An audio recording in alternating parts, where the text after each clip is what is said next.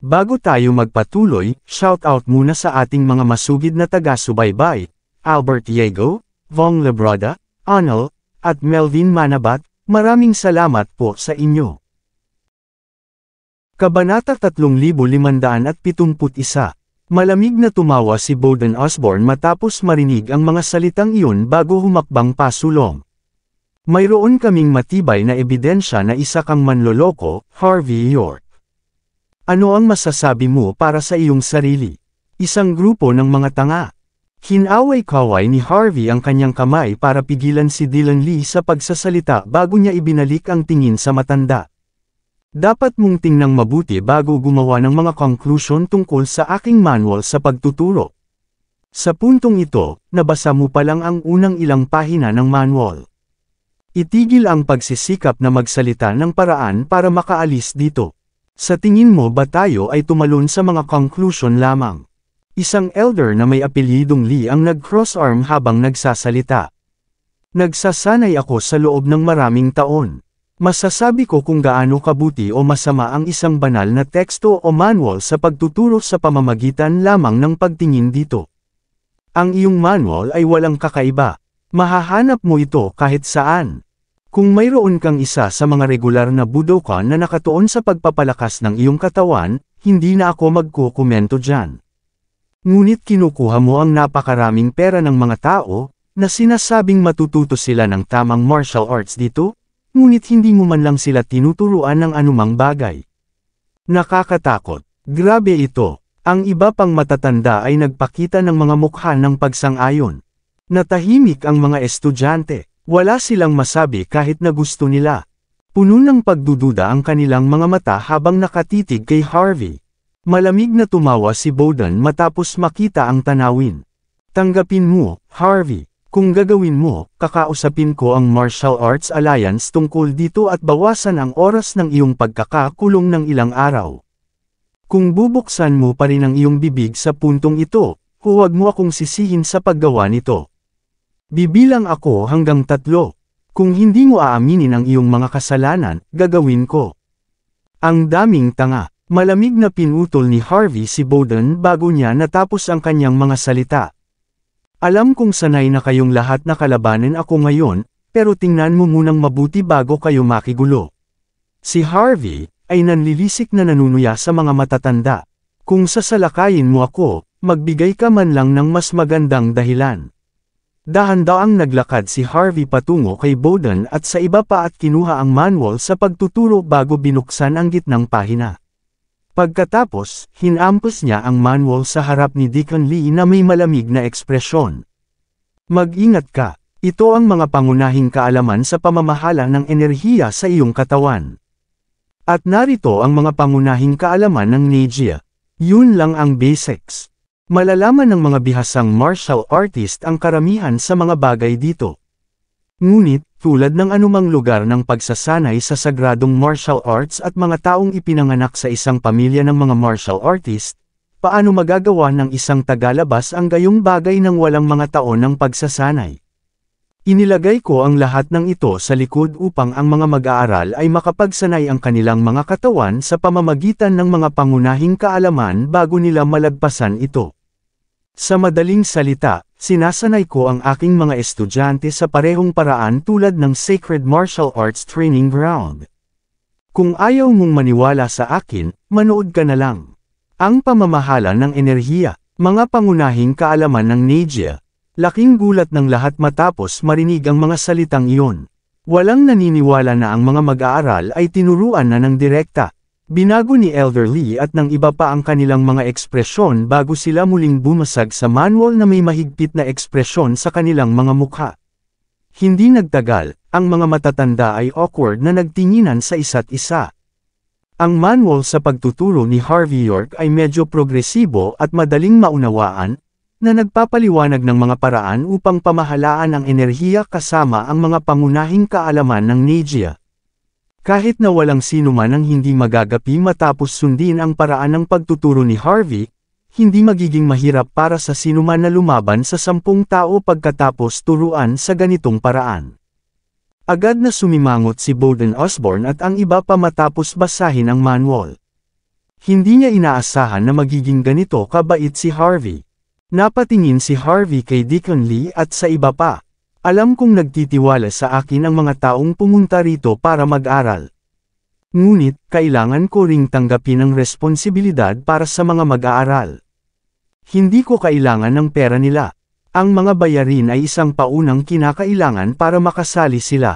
Kung hindi nila kayang gumastos ng ganito kalaki sa mga aralin, paano nila sasagutin ang gastos mamaya?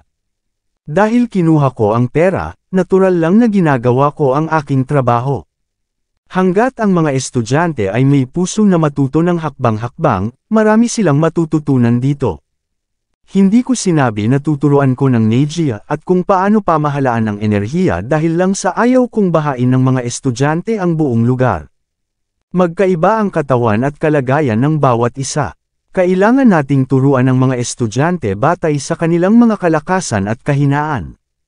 Hindi tayo gagawa ng magandang trabaho kung tatanggap tayo ng napakaraming estudyante. Siyempre, kung sino man sa inyo ang hindi pa rin naniniwala sa akin sa puntong ito, malaya kayong humingi ng refund. Ibabalik ko ito ng 3 beses. Hayaan mo muna akong sabihin ito. Ang Marshall Hall ay mag-e-enroll lamang ng 50 estudyante kada semestre. Maaari ka pa ring mag-apply pagkatapos mong magpasya na umalis. Ngunit kakailanganin mong ilagay sa listahan ng naghihintay. Pumili ka ng kahit anong gusto mo. Humingi ng pera pabalik. Triplehin ang pera. Si Elder Lee at ang iba ay lubos na nabigla. Hindi lang aktwal na martial arts ang itinuturo ni Harvey, ngunit may mga limitadong lugar para mag-sign up.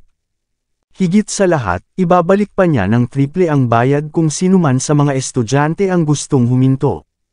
Ang lahat ng mga bagay na iyon ay sapat na upang patunayan na hindi lamang isang manlilinlang si Harvey, kundi siya rin ang nagpapatakbo ng altruistic na Budokan. Maging si Bowden ay medyo nagulat sa katotohanan. Kung hindi itinuring na kaaway si Harvey, kinaladkad na niya ang mga kabataan para magsanay dito. Tuwang-tuwa ang mga mag-aaral na hilig sa martial arts ngunit hindi makahanap ng maayos na lugar na mapag-aaralan o paulit-ulit na naloloko. Ang mga turo at pangako ni Harvey ay higit na mahalaga kaysa sa perang ginugol nila sa pag-sign up. Ito ay isang tunay na guro ng martial arts. Maraming salamat Mr. York. Hindi kami hihinto, Master York. Oo, bakit natin hahayaan na ang iba ang pumalit sa atin gayong matagal na tayong naghintay? Matagal bago makarating sa susunod na semestre. Sabay-sabay na tuwang-tuwa at nagpapa-salamat ang mga estudyante. Wala man lang nag-isip na huminto. Napagkamalan ka namin sa pagkakataong ito, Harvey. Pakiusap tanggapin ang aming paghingi ng tawad. Si Elder Lee at ang iba pa ay awkward na humingi ng tawad kay Harvey bago sila nagmamadaling umalis sa lugar. Mapapaiya sila kung magtatagal pa sila doon. Bilang mga tao ng Martial Arts Alliance, dapat nilang panatilihin ang kapayapaan at kaayusan. Si Elder Lee at ang iba pa ay nakaramdam ng labis na kahihiyan na makipaglaban kay Harvey noon. Anuman ang kaso, kinuha mo pa rin ang pera bago ipaliwanag ito sa lahat. Ito ay isang scam pa rin. Agad na natauhan si Bowden matapos makitang umalis si Elder Lee at ang iba pa. Agad niyang sinubukang sisihin si Harvey ng walang valid na dahilan. Dito, isara ang lugar na ito. Hulihin mo rin si Harvey York. Kami mismo ang haharap sa mga kriminal na ito. Ikanaway ni Bowden Osborne ang kanyang kamay na may malamig na ekspresyon, na para bang ipinapatupad niya ang batas. Pero lahat ng lalaking nakapaligid sa kanya ay nag-alinlangan. Lahat sila ay martial artist. Alam na alam nila na ang Budokan tulad ng mga martial hall ay napakabihirang. Kung titingnan sa anumang pananaw, ang pagkakaroon ng martial hall ay maaaring magbigay daan sa martial arts na umunlad. Iyon ang dahilan kung bakit hindi nakumbinsi ng mga taong iyon ang kanilang sarili na sisihin ang martial hall at isara ito. Higit sa lahat, hindi nila kayang panindigan ang isang mabait na tao tulad ni Harvey. Ano, bingi ba kayong lahat o ano? Sinusuway niyo ba ako? Nagngangalit ang mga ngipin ni Bowden bago sumigaw. Kasali sa isang scam ang Martial Hall. Ang may-ari talaga ang pinaka-kaina-hinala dito. Isara niyo ang lugar na ito at hulihin niyo siya. Bastos ka, how dare you? Bago pa man makapagsalita si Harvey, dinagsa na agad ng mga estudyante ang mga tao mula sa Martial Arts Alliance. Sinong nagsabing niloko kami ng Martial Hall? Anong biro? Itigil ang pagbibigay ng masamang pangalan sa lugar na ito. Papatayin kita kap hinawakan mo si Sir York. Kayong mga tao ay lumalabag sa batas. Sa tingin mo ba hindi ka matatalo dahil lang na nasa Martial Arts Alliance ka? Sa tingin mo ba magagawa mo lahat ng gusto mo? Protektahan si Mr. York. Protektahan ang Martial Hall. Nagkagulo ang lahat. Ang isang away ay sisiklab anumang oras. Kumalma kayong lahat. Ako na ang bahala dito. Sinubukan ni Harvey na pigilan ang mga estudyante, ngunit hinarang siya ng mga ito mula sa likuran. Hindi rin siya makakilos laban sa mga excited na estudyante. Ikaw ay isang lumalabag sa batas, Harvey. How dare you force the students to go against the Martial Arts Alliance? Magbabayad ka para gawin ang ganoong bagay. Kahit na barilin kita ngayon, walang magsasabi tungkol sa pag-abuso ko sa aking awtoridad. Nagpakita ng malamig na tingin si Bowden. Siya ay dumating na may malinaw na layunin doon. Iyon ang dahilan kung bakit sinubukan niyang magdulot ng mas maraming problema hanggat maaari. Dahil wala siyang mahanap na kahit ano laban kay Harvey, makakabuting edemanda siya ni Bowden dahil sa paglaban at pagsuwi sa Martial Arts Alliance. Nang walang pag-iisip, hindi nag-aksaya ng oras si Bowden na ihagis ang kanyang badge sa lupa. Inuutusan ko kayong isara ang lugar na ito at hulihin kaagad si Harvey. Kakasuhan rin kayo ng krimen kung hindi kayo susulong. Ang mga taong nagpanggap lamang na tinutupad ang utos ni Bowden ay nagpakita ng kawalan ng kakayahan sa kanilang mga mata. Kahit gaano pa kainosente si Harvey para sa kanila, wala silang choice kundi humakbang pasulong. Ang lugar ay ganap na nagulo. Vroom! Sa oras na ito, isang mahabang Lincoln sedan ang nagmaneho sa lugar. Maya-maya lang ay lumabas ng sasakyan ang isang lalaking naka-white coat. 12 ng mga bodyguard na may mga baril ang sumunod sa likod ng lalaki na may mabangis na ekspresyon sa kanilang mga mukha. Napatingin si Harvey at nakita niya si Aldo John, ang lalaking iniligtas niya noong nakaraang araw. Natigilan si Bowden. Agad niyang ikanaway ang kanyang kamay, senyales na tumigil na ang kanyang mga tauhan matapos makitang sumulpat si Aldo. "Hello, young Master John," sabi ni Bowden na nakakunot ang noo habang kumakaway. "Ano ang nagdala sa iyo dito? Alam kong naghahanap ka ng angkop na Budokan sa nakalipas na ilang taon. Ngunit ang isang ito ay isang scam lamang. Hindi ka dapat pumunta dito.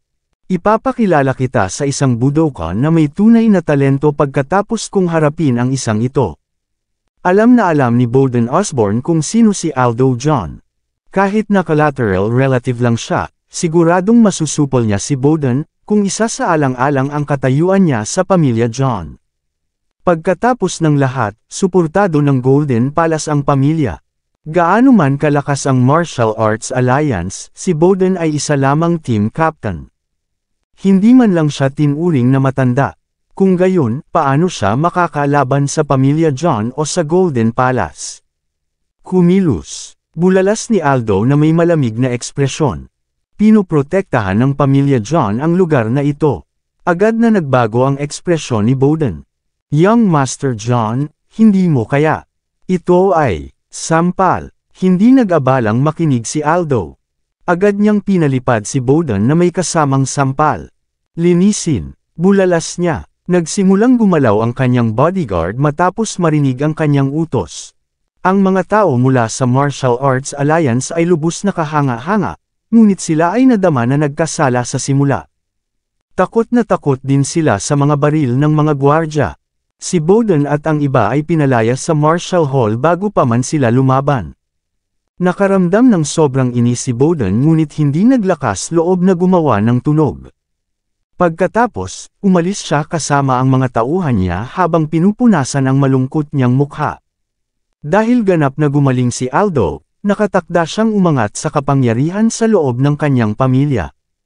Marahil ay nagkaroon pa siya ng pagkakataong magturo sa ilalim ng Golden Palace.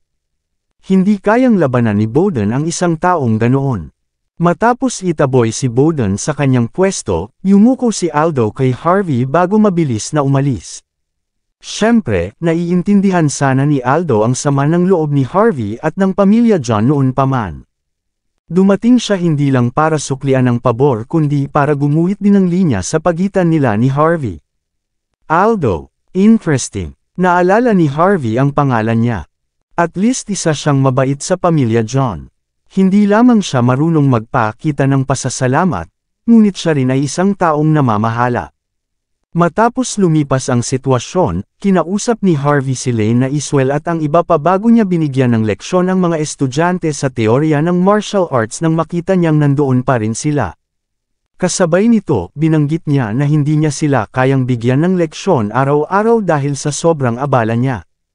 Sabi nga, tuturuan sila ni Lane at ng iba pa ayon sa manual ng pagtuturo. Gagawin niya ang kanyang makakaya upang turuan ang mga mag-aaral kung mayroon silang isang bagay na hindi nila naiintindihan. Kinilala ng mga estudyante ang mga direktang salita ni Harvey. Pagkatapos ng lahat, si Lane at ang iba pang mga instructor ay sobrang galing. Hanggat nagbigay sila ng mga aralin ayon sa manual, ito ay magiging katulad ng itinuro ni Harvey sa kanyang sarili. Si Lane at ang iba pa ay labis na humanga sa manual. Napagtanto nila na ang mga bagay na itinuro nila noon ay walang halaga kumpara sa manual ng pagtuturo ni Harvey. Higit sa lahat, nagawa nilang umunlad dahil sa pangunguna ni Harvey. Vroom! Nang umalis ang lahat ng mga estudyante pagkatapos ng klase, nang malapit nang magsara ang Marshall Hall. Isang mahabang truck ang biglang umugang sa gitna ng eskinita bago nagmaneho patungo sa kanan ng Marshall Hall. Tingnan mo, sigaw ni Harvey bago hinayla si Dylan Lee at Caden Ballmer sa isang tabi. Halos sabay na bumangga ang truck sa kinatatayuan kanina ni Harvey. Agad na nabasag ang coffee table nang madikit ang truck bago nagkalat sa lupa. Hindi lang huminto ang truck. Matapos sirain ang maraming kagamitan, bumangga siya sa pagpapalit ng silid bago huminto, na gumawa ng isang malakas na hiyawan. Maraming salamat sa lahat ng sumusubaybay. Please subscribe and follow my YouTube and Facebook channel, Pilipino Novel. Maraming salamat po. Kabanata 3575. Nakakabinging hiyawan ang maririnig mula sa loob. Mabilis na nag-react si Lane na Iswell sa sitwasyon habang nagpalit siya ng damit. Agad siyang nagtago sa isang sulok, ngunit mabigat pa rin ang sugat niya. Tuluyan nang nawala ng kulay ang mukha niya. Ito ay isang malungkot na tanawin. Kung ito ay anumang ibang araw, naiwasan niya ang truck nang walang anumang problema. Ngunit dahil ginugol ang halos lahat ng kanyang lakas sa pagbawi kay Aldo John, hindi siya naiiba sa sinumang kabataang babae. Halatang nasaktan siya dahil dito. Lane, natigilan si Harvey York bago nagmamadaling lumabas para buksan ang pinto ng truck. Pagkatapos, inilabas niya ang isang kalbong lalaki na amoy alak bago siya inihagi sa dingding. Napasigaw ang lalaki sa sakit. Isang masamang ekspresyon ang bumungad sa kanyang mukha. Habang tulala pa rin si Dylan Lee at ang iba pa, sinenyasan sila ni Harvey na ilipat ang truck mula sa pwesto nito. Ang iba pang mga instructor ay nagmamadaling sinubukang hukayin si Lane mula sa mga guho. Naiwasan man niya ang truck, duguan pa rin siya sa butas. Siya ay malubhang nasugatan sa loob. Mr. York. Bago pa man makapagsalita si Lane ay may bumulwak na dugo sa kanyang bibig. Huwag kang magsalita. Ililigtas kita. Dahil ikaw ang aking compound ngayon, tiyak na babayaran kita para dito. Mabilis na sinaksak ni Harvey si Lane ng ilang beses upang matigil ang pagdurugo at madagdagan ang kanyang lakas. Tumawag ng ambulansya ngayon. Bulalas niya. Mabilis. Makalipas ang 10 minuto, isang ambulansya na may mga kumikislap na ilaw. Maya-maya, sinundan ng lahat ng instructor si Lane sa ospital. Pagkaalis nila, tumawag si Harvey ng pulis pagkatapos. Hindi nagtagal, lumabas din ang pinakamalapit na inspector. Mabilis nilang tinansya ang nakita. Kung tutuusin mula sa kaguluhan, ito ay isang ordinaryong aksidente lamang. Uminom ng alak ang kalbong driver bago niya pinaandar ang kanyang truck. Ito ay isang insidente ng pagmamaneho sa ilalim ng impluwensya. Ito ay isang paglabag sa kaligtasan ng publiko. Siguradong sasampahan siya ng kaso ng pulisya sa lalong madaling panahon. Ito ay isang karaniwang aksidente, sabi mo. Malamig na tumawa si Harvey bago siya lumapit sa driver na nagkukunwaring paralisado sa stretcher. Akala mo ba talaga maniniwala ako?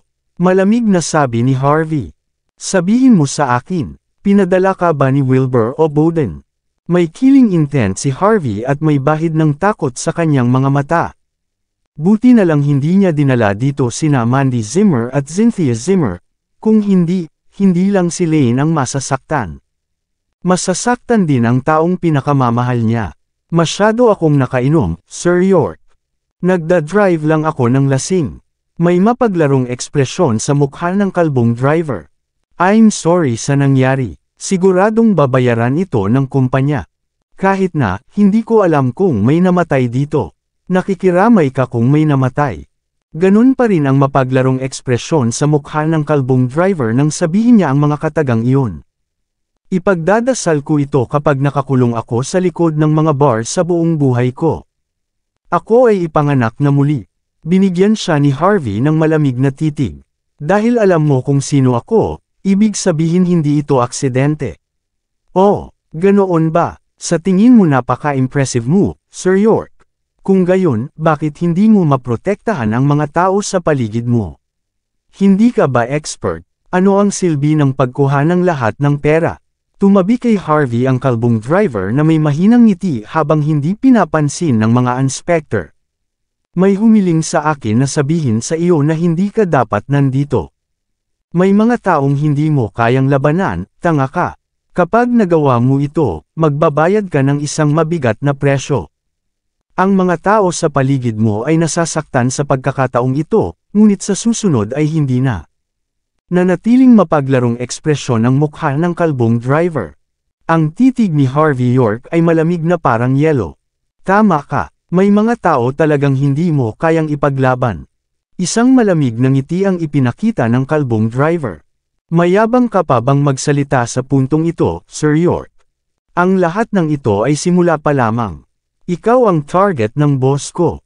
Mag-iingat ka sa paglabas mo next time. Huwag kang makipagkilala sa isang tulad ko sa susunod. Tama, ang iyong asawa ay nasa Hearthstone Corporation, at ang iyong hipag ay nasa ospital, tama ba? Kung gayon mas mabuting siguraduhin mong ligtas sila. Malungkot ang mukha ng kalbong driver. Sino ang nasa likod ng lahat ng ito? Bulalas ni Harvey, hulaan mo, hindi ka ba kahanga-hanga? Bakit hindi mo alam? Sagot ng kalbong driver na may pilyong ekspresyon. Kahit na malaman mo kung sino ang nasa likod nito, ano ang punto? Kung ikukumpara sa kanya, langgam ka lang. Hinding-hindi mo kayang labanan ang isang tulad niya. Minsan, ang kamangmangan ay kaligayahan. Ayos lang kung hindi mo sasabihin sa akin. I can figure out that myself, dahan-daw ang sagot ni Harvey. Sasabihin mo ba sa akin ngayon? Ang ngiti ng kalbong driver ay lalong nakakaawa. Kung ganoon paano, may proof ka ba? Sinusubukan mo bang akusahan siya? Hindi mo kaya, hindi siya aamin, kahit anong galit mo ngayon. Saktan mo ako kung gusto mo. Hindi man lang ako lalaban. Halika, bakas sa mukha ng kalbong driver ang mayabang na ekspresyon. Siyempre, hindi niya iniisip na kalad ka rin si Harvey sa bilangguan kasama niya. Papatayin kita, bakla ka. Galit na galit sina Dylan Lee at Caden Ballmer. Gusto talaga nilang patayin ang kalbong driver. Ngunit agad silang pinigilan ng inspector doon. Tamaan ka. Sinulyapan ni Harvey ang kalbong driver bago tumayo. Bakit ko hahampasin ang isang taong patay na? Ano? Anong ibig mong sabihin dyan? Bumilis ang tibok ng puso ng kalbong driver. Masama ang kutob niya sa sitwasyon. Makalipas ang kalahating oras, ipinadala sa ospital ang kalbong driver para magamot matapos magbigay ng kanyang testimonya. Dahil ang insidente ay itinuring lamang bilang isang aksidente, hindi na kailangan na siya ay makulong. Ang kailangan lang niyang gawin ay mag-report muli sa himpilan ng pulisya araw-araw. Nakalabas na ng ospital ang kalbong driver bago tumunog ang kanyang telepono. Matapos makita ang abiso na nagsasabi na ang $1.5 milyon ang nailipat sa kanyang bank account, hindi niya maiwasang mapangiti. Malas, doblehin ko ang pera kapag namatay ang asong iyon. Habang nag-iisip siya ng paraan para patayin si Lane na Iswell, inatake siya ng hindi autorisadong sasakyan, vroom. Agad na pinalipad ang kalbong driver. Niwala siyang oras para mag-react. Bago siya huminga, itinaas ni Caden ang gitnang daliri sa bintana ng sasakyan. Kinabukasan, madaling araw, tuluyang nahila ang truck sa harap ng Marshall Hall. Nakahanap si Dylan Lee ng ilang kumpanya sa pagkukumpuni upang mabilis na linisin ang kalat, umaasa na babalik at tatakbo ang Marshall Hall. Buong araw ay nakatayong gising si Harvey York sa loob ng Marshall Hall. Kinasusuklaman niya ang pagpatay, ngunit alam niya na hindi na siya makakapigil pa kapag may taong patuloy na nagtutulak sa kanyang mga limitasyon. Kung magpapatuloy ito, malamang na sina Mandy Zimmer at Cynthia Zimmer ang magkakaproblema, maaaring maging sina Yvonne Xavier, Kate Walker, Queenie York, o ibang tao sa paligid niya. Balita ko na aksidente ka kagabi, kuya. Ayos ka lang. Nakatanggap si Cynthia ng balita mula sa isang lugar pagkalabas niya ng ospital. Agad siyang pumunta sa Marshall Hall pagkatapos. Hindi niya tinanong kung paano nakuha ni Harvey ang Marshall Hall o tungkol sa anumang bagay maliban sa kanyang sariling kaligtasan. Huwag kang mag-alala, ayos lang ako. Ipapatuloy ko kayo ng iyong kapatid dito pagkatapos ng ganap na pagsasaayos ng lugar. Nawala ang malungkot na tingin ni Harvey nang makita niyang lumitaw si Cynthia. Vroom! 5 Toyota Alphard ang mabagal na nagmamaneho sa oras na ito. Bumukas ang pinto ng sasakyan nang nakaparada sila sa harap ng entrance. 1 dosenang kabataang nakasuot ng itim na suit ang mabilis na lumabas bago kumuha ng pulang carpet mula sa likod ng kotse at inilapag ito sa lupa. Pagkatapos, ang mga lalaki ay nakatayo sa magkabilang gilid ng carpet na may mga itim na payong, sinisigurado na wala ni isang sinag ng araw na dumaan sa kanila. Si Dylan, Caden Ballmer at ang iba ay likas na lumingon sa kanilang mga ulo sa pag-usisa. Pagkatapos, dahan-daang nagmaneho ang isang Toyota Alphard na nakaparada sa lilam bago huminto sa dulo ng red carpet. Maya-maya pa ay bumukas ang pinto. Ang lahat ng mga tao ay nagsuot ng mahigpit na ekspresyon sa kanilang mga mukha habang hawak nila ang mga payong. Kakaibang ekspresyon ang ipinakita ni Cynthia. Anong klaseng royalty ito? Ito ay medyo baliw. Agad namang nag-iba ang ekspresyon ni Dylan nang mapagtanto niya iyon.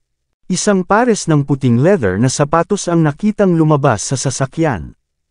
Mabagal ang kanyang mga galaw, ngunit isang aura ng hindi masabi na pangingibabaw ang mararamdaman mula doon. Kalmadong sumulyap si Harvey, isang binata na nasa 20s ang lumakad patungo sa Marshall Hall ng mga sandaling iyon. Hindi siya mukhang gwapo, at bakas sa mukha niya ang lungkot. Kasabay nito ay bahagyang nakapikit ang kanyang mga mata na para bang medyo inaantok.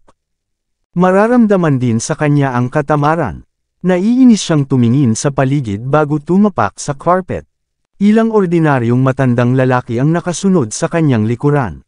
Marami ring mga tao ang lumitaw mula sa malayo. Nagsimulang manginig ang mga binti ni Dylan, na parang handa ng lumuhod.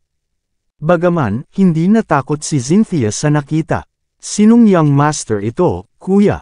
Tanong ni Cynthia na may pagtataka. Nandito ba siya para mag-aral o ano? Natural, alam na ni Cynthia na ang Marshall Hall ay kung saan nagtuturo ng martial arts si Harvey. Umiling si Harvey bago sinenyasan si Dylan, Caden, at ang iba pa na umatras. Puno na kami for this semester. Kung gusto niyang mag-enroll, kailangan niyang maghintay hanggang sa susunod na semestre. Sa susunod na semestre, naka-cross arms ang binata habang naglalakad sa loob ng Marshall Hall bago nilibot ang tingin sa lugar. Ikaw ba ang pumatay sa kalbong driver? Ginawa mo ba yun para pilitin akong lumabas? Nandito ako ngayon. Ano ang gagawin mo? Ang paghihiganti mo? O nandito ka para humingi ng awa? Ang binata ay patuloy na tumingin sa kanyang paligid na may panghahamak. Ngunit agad na nagningning ang mga mata niya nang makita niya si Cynthia Zimmer, na para bang gising na talaga ito. Sa wakas nandito ka na. Kalmadong itinaas ni Harvey York ang ulo para tingnan ang binata. Kaya ikaw ang tao sa likod ni Wilbur Lee, Bowden Osborne, at ang kalbong driver, tama ba? Marami akong kaaway dito sa Floatwell. Kilala ko ang mga young masters ng Bauer family, ang John family, at ang makapangyarihang Indians na sinubukan akong patayin. Kilala ko ang lahat ng mga taong ito, ngunit hindi kita kilala. Kung tutuusin, dapat ikaw ang maalamat na si Clyde Osborne, si Prinsipe Osborne mismo. Tama ba ako? Hindi pa nakikilala ni Harvey si Clyde, pero alam niyang may magpapakita pagkatapos ng nangyari noong nakaraang araw. And judgment from the scene in front of him, mabilis niyang nakilala kung sino ang nasa harapan niya. Hindi masama sa lahat. Hindi nakakagulat na sina Ay Camino at Commissioner Thompson ay ibinaba mo. Kahit na ang isang walang kwentang dumi, tulad ni Wilbur, ay sumusubok na magturo sa iyo ng kaunting aral, ngunit siya ang nagdurusa. Binigyan pa kita ng kaunting babala kagabi, pero binayaran mo pa rin ako ng lahat. Kailangan kong sabihin, nakuha mo ang karapatan para sa akin na gawin ang mga bagay sa aking sarili. 2 beses na nilibot ng tingin ni Clyde si Harvey na may malamig na ekspresyon. Hindi nagtagal, binalik niya ang tingin kay Cynthia na may nag-aalab na pagnanasa sa kanyang mga mata. Nanginginig si Cynthia bago siya kusang umatras. So sinasabi mong nandito ka para bayaran ako sa nangyari. Malamig ang ekspresyon ng mukha ni Harvey. Sakto ang dating mo dito. Plano kong hanapin ang taong naging sanhi ng insidente kahapon. Paano mo balak bigyan ako ng pahayag? How dare you, bastard? Ang isang mahirap na tulad mo ay gusto ng pahayag mula mismo kay Prince Osborne. Sino ka sa tingin mo? Sabay-sabay na sumigaw ang mga lalaking naka-black suit, pinandilatan si Harvey. Sa likas na katangian, si Clyde ay isang medyo dominanteng pinuno. Hoy, nakalimutan mo na ba yung sinabi ko sa'yo? Sinabi ko na sa iyo na maging sibilisado. Magkaroon ng ilang manners. Nakalimutan mo na ba ito? Lumingon si Clyde at tinapik ang mukha ng isang binatang nakatayo sa malapit. Tandaan niyo ang sinabi ko sa inyo. Huwag kayong magalit kay Sir York. Pasasagasaan niya kayo kung masama ang pakiramdam niya. Mamamatay ka ng walang sariling libingan. Naiintindihan mo ba ako? Isang mahinang ngiti ang ipinakita ni Clyde habang casual niyang sinabi ang mga katagang iyon. Isang hindi masabi na lamig at pagmamataas ang maramdaman sa kanyang tono. Kinilig agad si Cynthia at ang iba nang makita ang ngiti sa kanyang mukha. Matapos turuan ng leksyon ang mga nasasakupan ay ibinalik ni Clyde ang tingin kay Harvey. Let's talk business, Sir York.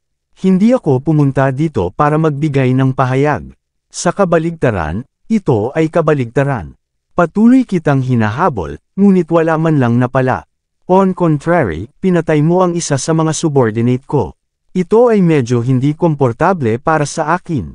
Hindi mo ba alam iyon? At least bigyan mo ako ng pahayag tungkol dito, pwede ba? Patuloy mo rin akong hindi nirerespeto. Naisip mo na ba kung gaano ako kagalit? Malalaman mo ang kahihinatnan kung magagalit ka sa akin. Alam ko na si Joseph Bauer ay dumanas ng matinding pagkatalo laban sa iyo. Alam ko rin kung ano ang nangyari kina Elliot John at Frankie Garcia. Ngunit hindi ibig sabihin na ang isang tagalabas na tulad mo ay maaaring magpakitang gilas dito. May mga tao na nagsasabi na ang iyong lakas ay nakakatakot at ikaw ay maaaring ang Diyos ng digmaan. Kalmadong nagsalita si Clyde Osborne sa mahinang bulong. Ngunit huwag kalimutan, nasa Floatwell ka ngayon. Maaaring magawa mong takutin ang ibang tao, ngunit wala ka talagang magagawa dito sa Floatwell. Nakikita mo ba, ako mismo ang Diyos ng digmaan. Kaya hindi mo ako matatakot kahit nagawin mo rin. Bahagyang damilat si Harvey York matapos marinig ang confident na pananalita ni Clyde. Wala siyang choice kundi magdurog muli ng prinsipe. Nagulat siya nang marinig niya ang mga salitang iyon. Ang binatang ito na may marangyang pamumuhay ay ang Diyos ng digmaan. Nagdodroga din ba siya para makarating dito? Alam ko kung ano ang iniisip mo. Tinapik ni Clyde si Harvey sa balikat na may malabong ngiti, na para bang alam niya kung ano ang nasa isip ni Harvey. Tama iyan. Gumagamit ako ng droga para umabot sa ganito. Ngunit sa alinmang paraan ito ay normal. Kaming mga prinsipe at mga young master ay may napakaraming mapagkukunan hanggang sa punto na ang lahat ay nag-iipon lamang ng alikabok. Bakit kailangan nating magsanay ng husto kung iyon ang kaso? Kukuha lang tayo ng mas maraming gamot para makatulong. Kapag ang iba ay gumamit lamang ng isa, gagamit tayo ng 100 para ibahin ang ating sarili bilang mga war god. Ano, nagseselos ka ba sa akin? Nagseselos ka? Galit ka ba? Sa tingin mo ay napakalakas mo, ngunit ang iyong lakas ay wala sa harap ko. Alam mo ba ang ibig sabihin nito? Ibig sabihin kung gugustuhin ko, masasampal din kita hanggang mamatay. Sa huli, ang iyong kapangyarihan ay gagamitin upang mapataas ang aking reputasyon. Isang matamis na ngiti ang ipinakita ni Clyde. Talagang inaabangan ko ito ngayon. Ganoon ba? Papatayin mo ba ako? Ang mga salita ni Clyde ay hindi nakabigla kay Harvey. Ano, sa tingin mo ba matatalo mo ako dahil alam mo ang ilang mga galaw? Sigurado ka bang matatalo mo ako? Kalmado ang ekspresyon ng mukha ni Harvey, ngunit ang bilis ng tibok ng puso niya. Nagawa ni Vince York na gawing God of War sa pamamagitan ng pagbabalik ng droga sa Hong Kong. At si Clyde ay nakarating din dito sa parehong paraan. Ang bansa H ay hindi magbibigay ng mga hindi etikal na bagay dito.